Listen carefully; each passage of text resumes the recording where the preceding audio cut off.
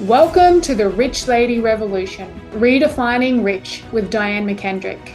Hey, lovely lady, I see you. You're an ambitious, high-achieving woman, driven, passionate, and ready for more. More money, more impact, more freedom. This is the place where women just like you come together from all over the world to break the old rules and redefine what it truly means to be rich.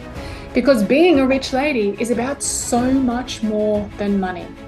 Joining the Rich Lady Revolution with those two sisters is about more than the money in your bank account. It's about building wealth on your terms, doing what you love, with who you love, and creating a life that feels as good as it looks. It's about stepping into your unshakable power and purpose. This podcast, combined with my 5th book, is your personal invitation to step into your rich lady identity. I will be here to educate, inspire, and empower you along the way, to support you to cut the crap, do the thing, and be the rich lady you were born to be. So if you are ready to elevate your income, your impact, and your life, the revolution starts now.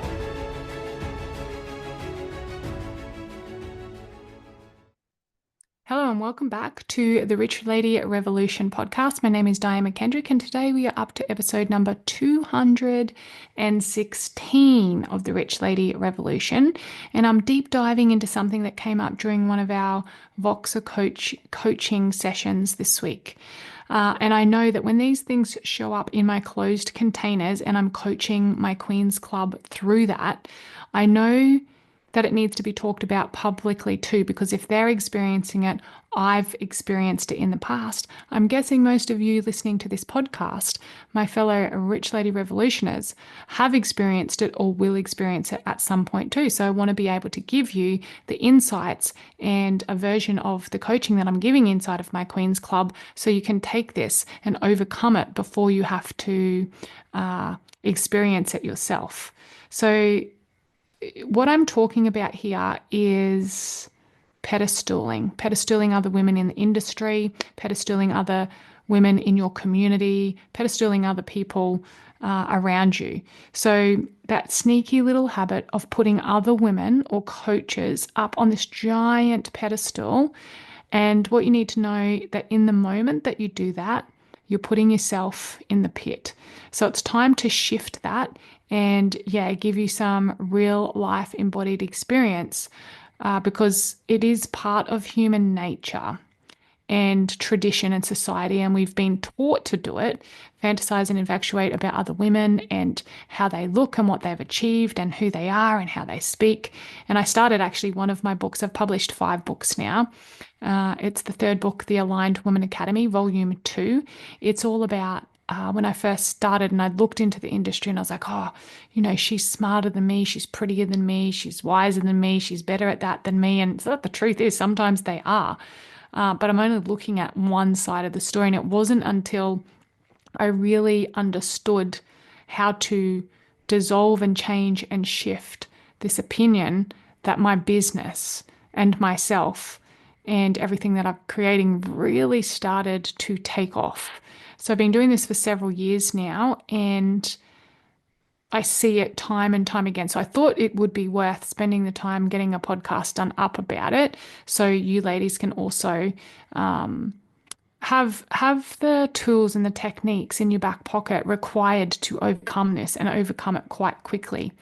So let's define pedestalling clearly. Everybody's going to do it in a different way, but there's going to be some common threads around our habits and what we think and how we feel as fellow entrepreneurs within the industry. And even if you're not an entrepreneur, I used to do it in the corporate world as well.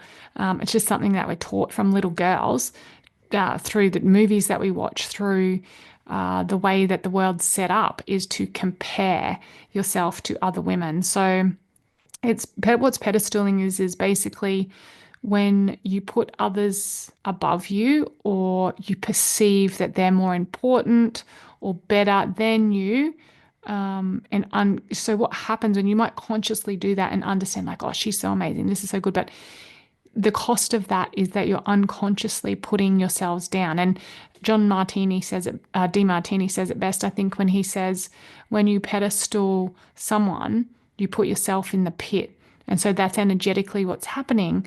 And the intention of this podcast is to show you how to stop doing that and notice and observe if you are doing it, how to flick the switch and change it very quickly because it's a massive energy leak. And part of the way I want to do that is share an experience with you and bring you into the room with me when I had this experience. Some of you may have had similar experiences, and it was a pretty intimidating experience for me and a very humbling experience as well. So I had had Tony Robbins on my vision board and going to Date with Destiny for like 10 years or something. I had it up there.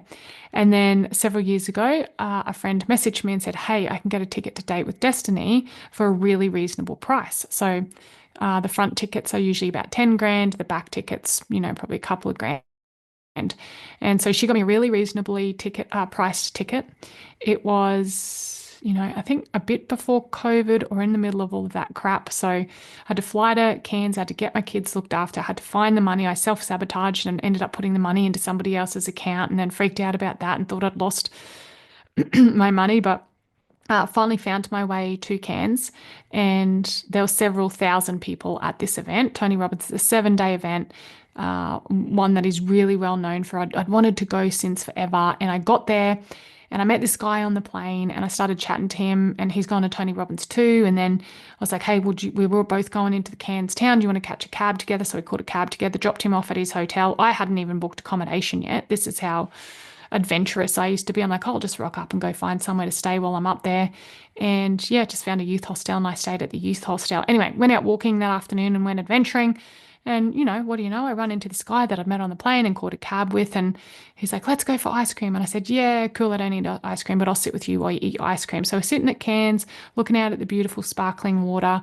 I'm thrilled and excited and vibing, and he goes and started asking him about his business and who he is and what he does. And he shared with me that he was a platinum partner in Tony Robbins. He'd been doing it for a couple of years. He'd had massive success in his business. He's this really successful business person. So straight away I'd put him on a pedestal and thought, oh, he's so much better than me. He's a platinum partner. He's earning more money than me.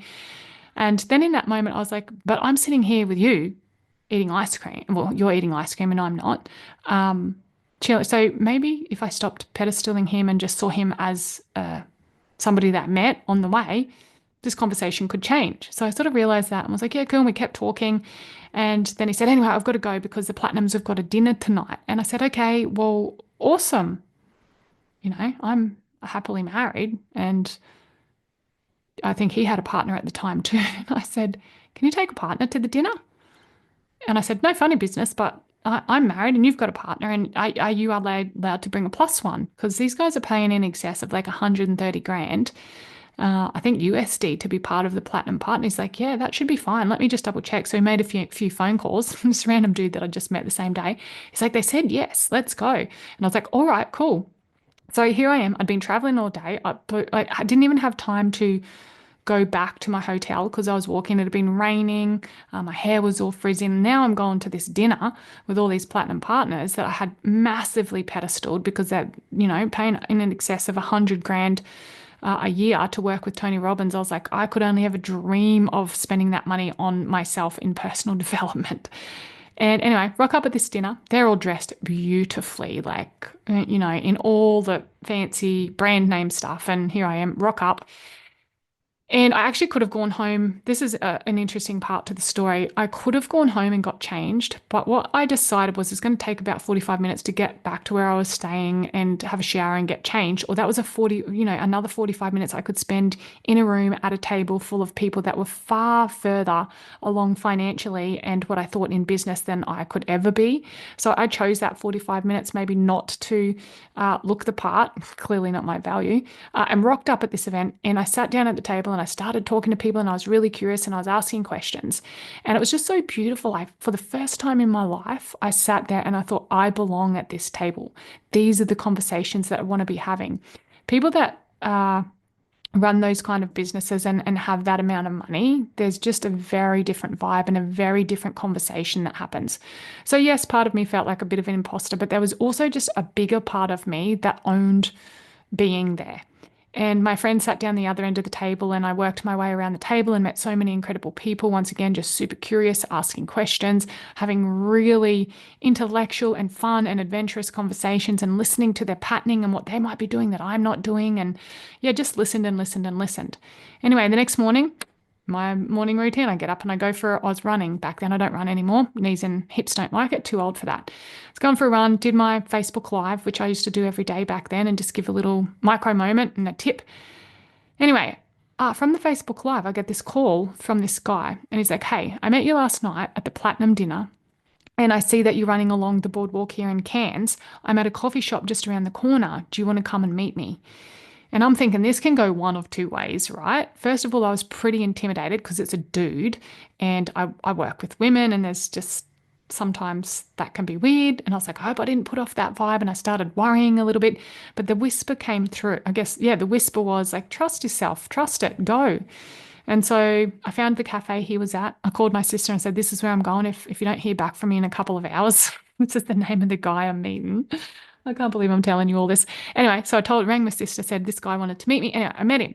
I met for coffee, said, "No funny business. Like, I was really curious about you. I watched you last night and you just fit in, and I heard a little bit of your story." And he said, "I've been a platinum partner now for a couple of years." So once again, I pedestaled him. Think his business is doing so much better than mine, which it is when you pay that amount of money. And I was just a little beginner and I'd only just started. And he said every event or every year we're allowed to bring a partner into the like the front section, the nosebleed section, like the front row. So he said, "Here's my name, here's my number. Just she said, you don't have to sit with me. There's nothing expected back from you, but I choose you if you want it." And I was like, "Oh my God, yes, please." Anyway, went and signed in that afternoon, got my tickets, and I went from team 18 to team number 1. So, team number 1 with several thousand people at my first ever Date with Destiny with Tony Robbins.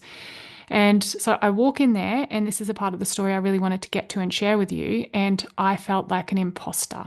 My whole body was constricted and uptight. I couldn't look people in the eye. I was looking at my feet. I had this overwhelming sense and feeling that a security guard was going to come and pluck me out of the crowd and say, "You don't deserve to be here." I wasn't breathing properly. There's people everywhere. They're really high vibe. They're really high energy. I'm looking around at these people that most of them were dripping in Gucci and gold and Louis Vuitton and all the things that I'd never been able to afford for myself. And I just had this pedestal to all of them. I was like, I don't belong here. I don't fit. I'm going to get chucked out. This is so embarrassing. There was a lot of shame attached to it. And I realized now, well, I realized before now sharing on this podcast, but what I was doing was pedestaling these people because my perception was they earned more money having paid 100 grand plus for a year of coaching, group coaching, mind you. I don't even think they get one-on-one with him. I think he charges $500,000 a year for that or something crazy like that. But yeah, so this is group coaching. And then on top of that, I was pedestaling them because a lot of them were mums, and there's several trips a year that they get access to. That means they're paying for all their flights. They've got to pay for accommodation. Like, that's even more money. Like, oh, and they're away from their kids for this long. They must all have nannies. And here I am, like, little beginner business thinking, oh, this is just, I should be ashamed of myself. I don't belong to be here. Ladies, I caught the thought. I noticed what my body was feeling like, and I literally walked my ass to the bathroom, to the toilets, and I looked in the mirror and I had a good chat to myself. And I realized what was happening. I was pedestaling these people because of the perception of their business was better. They earned more money than me. They were wiser, richer, whatever it was that I was telling myself. I looked myself in the eye and I said to myself, "You dreamed about being here." And I had this full conversation. You dreamed about being here. You got yourself here. It doesn't matter that you've only paid a couple of grand and they've all paid pretty much hundreds. And I gave myself a really good talking to. I realized I was pedestaling them. And the next part of the conversation is really the clinker and the part that I want to share. I was like, okay, cool. These people may or may not depending on the perception, have a shit ton more money than me and their businesses be wherever they're at. And I'm just a beginner, basically with an idea and a vision, a big heart and a big vision, small town girl from Ipswich, right? And I thought, well, yeah, if they're all really good at that, that's good and great. That's obviously not been my value because that's not what I've got to bring to the table. And then my whisper whispered through to me as I was looking in my own eyes in the mirror. I was like, what do you bring to the table? What is the gift that you bring that you're not noticing to this group of people, to these people? So I walked back out there and I looked around and I got out of my own head and out of the shame and embarrassment and the not good enough and the imposter. And I looked around, and one of the first things I noticed is that about 95% of them were overweight or unhealthy or not moving very well or red-faced or coughing. So a lot of them had got success in business and finances at the sacrifice of their health. So I looked around, and the more I noticed, the more I noticed. And then I looked around and I felt again because I was out of my shame and I was being present. And I saw a lot of couples there. But the feeling I got around the couples was that there was a real edge to their relationship and that they were not in harmony and they were not in love. And a lot of them were there to repair, when I asked under the surface, to repair their relationship. So once again, they had received the income, the profit at the expense or cost. And they were telling me this as I was curious and asking questions of their relationship. So I thought to myself, right, there it is. What do I bring to the table with these platinums, with all these money and all these evolved businesses and beyond whatever I ever thought I could get to? I was like, I bring health and I bring vitality and I bring a presence and I bring a groundedness and I bring a smile and I bring this fulfillment. And it's so funny because so many wealthy businesswomen, and even if they're not wealthy in finances, they come to me and say, I just want what you've got. What is that? And I truly believe it's fulfillment. So I was like, okay, in the moment I decided to bring my vitality, my fulfillment, and my passion and love from my relationship, in my intimate relationship with Gus, my husband. Not perfect. There's always stuff to work on and move through. But it's fairly wholesome and very well rounded. And I was like, I can bring that. And it was like almost in an instant, I claimed my space there in team number one, sitting in the very front row in front of several thousand people. I claimed my space when I stopped pedestaling them and putting myself in the pit and bringing in my own, I didn't even need to tell anyone about it. It was a conversation with myself. And from that point, I started to get noticed. People were wanting to talk to me. Tony Robbins has this process at the beginning where, I won't tell you too much, but you pick a partner, and the leader of the group, the guy I'd met the day before who ended up being the whole leader of the whole lot, chose me as his partner. And he said, Di, every single day, you get here whenever you want. I'm going to save you a seat in the very front row. So he was running in, doing all the elbow barging to get the front seat. And I would just wander in and sit down beside him, and he would save me this seat. Now, the other thing that happened here when I stopped pedestaling everyone, because pedestaling is such an enormous energy leak.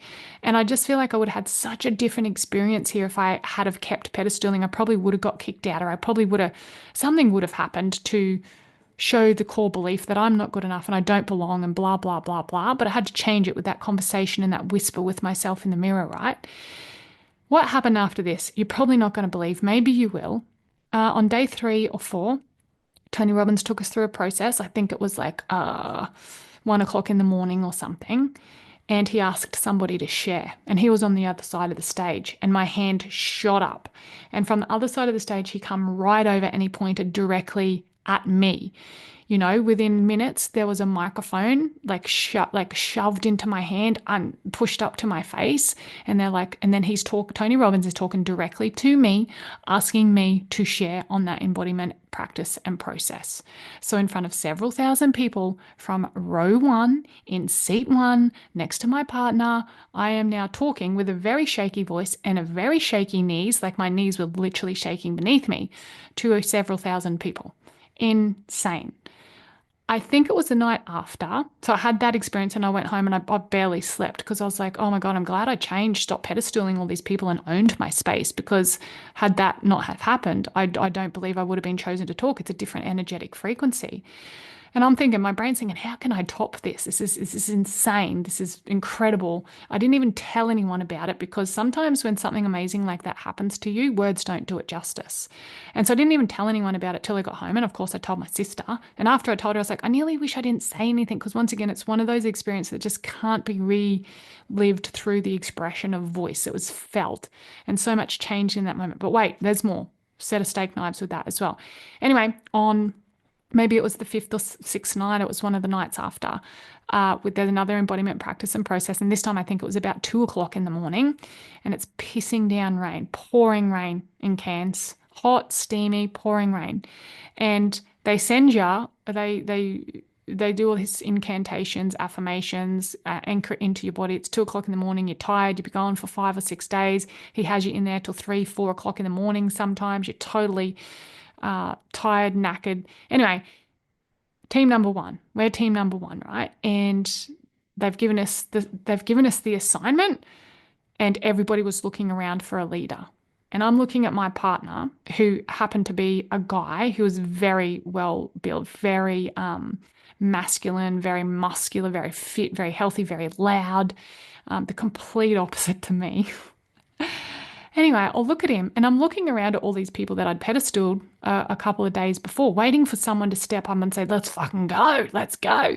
And they all stood there. Guess who they turned and looked at?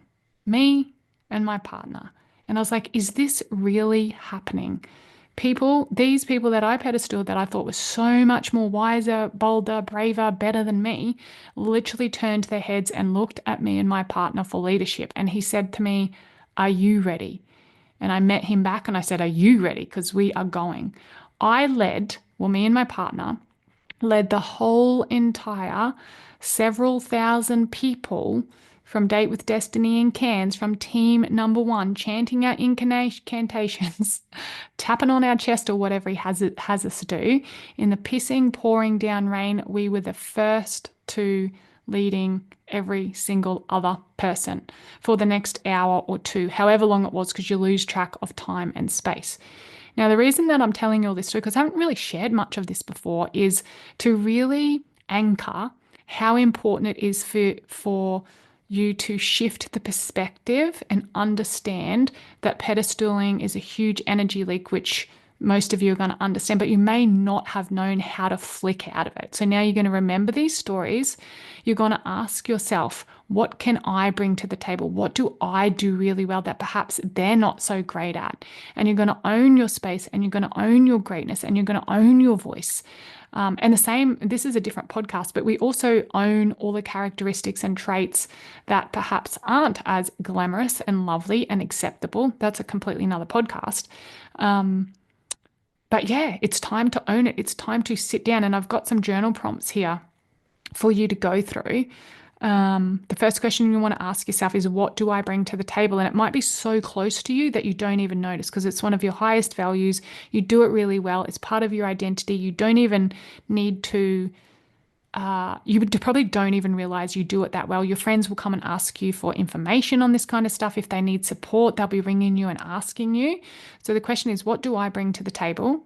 I want to highlight the energetic cost. It's not just costing you emotionally if you're pedestaling people, it's energetically exhausting, and it's robbing you of your power. If I hadn't listened to my whisper and had that conversation with myself in the mirror, I truly believe I would not have been in a position or an energetic match and frequency to row number one, leading the people, getting picked to share and speak in front of all those people. I want to offer another question. What if, instead of comparing, you acknowledged your differences as equal, but different expressions of excellence? So in that situation, those people had the money or found the money because upon a little bit more exploration, I was meeting people in there that had put that on credit. That is not part of my belief system in the way that I do life. And it's not for me to judge them, but I was, pedestal thinking because of a perception they had way more than me. Not always true. So here's the question. What if instead of comparing, you acknowledge the differences as equal, but different expressions of excellence? So journal on that. To get clearer on where you're pedestaling in your life, just simply ask yourself, grab a pen and paper, where have I been pedestaling lately? And write it all down. And I did a mantra. I'm trying to remember what I said. Oh, yeah, that's right. I did my tapping, even though I feel like I don't belong, even though I feel like I'm not good enough, I deeply and profoundly accept myself. I belong here. I am here to contribute, not to compare. That's a key. I am here to contribute. If you focus on service, if you focus on contribution, not comparison, that's a completely different energetic exchange. So I am here to contribute, not to compare. Contribution. So, what I want you to do, because I like people to get long lasting, instant change when they listen or work with me, is look at someone that you've been pedestaling lately. Perhaps it's me, maybe it's Michelle, maybe it's somebody else within the community. And I want you to ask yourself, what qualities do I admire in them? So get really clear about what qualities you admire in that person, and then ask yourself the next question, which is, how do I possess that in my own way? And then you can have that moment when I had the whisper in the bathroom saying, Diane, what do you bring to the table? What is your gift that you can offer these people? And I was like, oh, fulfillment, vitality. It was like something completely inside of me shuffled, clicked, and changed in that moment. It was palpable. I walked into that bathroom to have a look at myself in my eyes one way, and I walked out a completely different way. And what happened afterwards is a result of that. So, my invitation to you is go do those few things that I just shared, answer those journal prompts, and even the playing field, because I can tell you, my love, there is so much more available to you, and it's such a higher energetic frequency to contribute rather than compare. And the other thing I got told many years ago, I didn't really understand it till now, is that if I put someone on a pedestal, I remember exactly who told me this. It was in a women's circle when I first started doing the women's work. And I put this woman on a pedestal because she'd been doing the women's work so much longer than me, and she had long, blonde, flowy, curly hair, and she was this beautiful, amazing young healer who just said all the right words and flowed, and oh, she was unreal, this woman. And she said to me, because she could probably tell by the stars in my eyes when I looked at her, she said, please don't put me on a pedestal because it gives me somewhere to fall. And in that moment, I was like, oh, yeah, that's a really selfish thing of me. If I put her up there, and it gives her, when life happens and we get to meet and understand that we're all human, we're all going through stuff, it gives her somewhere to fall. And so I ask the same of you. If you've followed the journey and at some point you've pedestaled me or Michelle or somebody else within the community, it's giving those women, they can fall. So don't put them up there. And don't put yourself up there, because we're all human. We are all grounded, centered human beings doing the best that we can with everything that we have got. And every single human that you meet is going through something that you don't know about. Even if their life looks absolutely rosy and perfect from the outside, I can tell you from experience, my own experience, and working with thousands of women from all over the world, we have all got something we are moving through. We all have a shadow side. We all have challenges. None of us are perfect. And yeah, we're just fumbling our way through life. So yes, that's the final thing. Look at someone you've been pedestaling. What qualities do you admire, and how do you already have them in your own way? If you like this conversation, if you want to be within a community of women who choose to do life and business this way, then definitely consider the Rich Lady Revolution. So if this hits home and you think, oh, this is really interesting, then yeah, that's your next point of call, which is the Rich Lady Revolution. It's only $150 a month. It's group coaching with Michelle and I, and it's building out with some really quality people in there that can hold and have different kind of conversations to build different identities, to do more of what you want to do in the world. And yeah, it's very fulfilling for me because I get to lead that. I get to learn and lead with love and have conversations like this on the daily with my queens in the Queens Club. So that's the next option, which at this point is only $4.97 a month to be in the Queens Club to get direct Voxer access in a group to me and Michelle and each other. $4.97, but at the end of June that will actually be going up to $1,000. If you get in before the end of 30th of June, you will have that $4.97 price for life. For life. So yeah, well worth it to get the direct access. And then the third way to work with us is through the inner circle, but that's qualification only. So if you're interested in that, yeah, definitely reach out. Pretty strict, stringent qualification process to ensure the energetic integrity of the group. And there's already 2 ladies in that and we haven't even launched it yet. So that's pretty exciting. So thank you for joining me. It's the end of a very large day for me. I had my daughter Esme, who's 11 at the time of recording, had her cross country this morning, so I went to that. Had a funeral yesterday, just gone on 10 to 6, so fingers, toes crossed. My hubby's out there organising dinner and cleaning the kitchen. But we'll see. Thank you very much for joining me. I'll see you the same time, same place next week.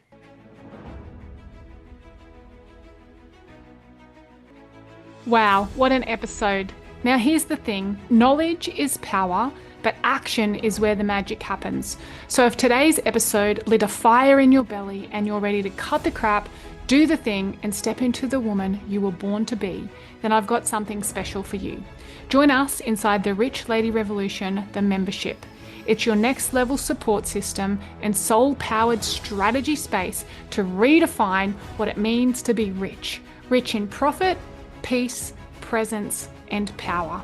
This is your invitation to experience what it's like to be fully supported and deeply connected with a world-class coach and a community of high-caliber women who get it. Women just like you.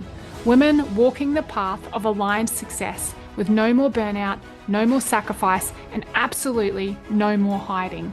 Inside, you'll receive weekly accountability, rich conversations, and real-life tools to evaluate your income, your impact, and your inner world, all for just $149 a month with no lock-in contracts. So if you are serious about stepping into your rich lady identity, redefining success on your terms, and making meaningful money without losing yourself in the process, head over to www.thosetwosisters.au/membership, or come join the conversation on our Facebook page, The Rich Lady Revolution. Your next level isn't just calling, it's right here waiting for you. Trust me, your future self will thank you for it.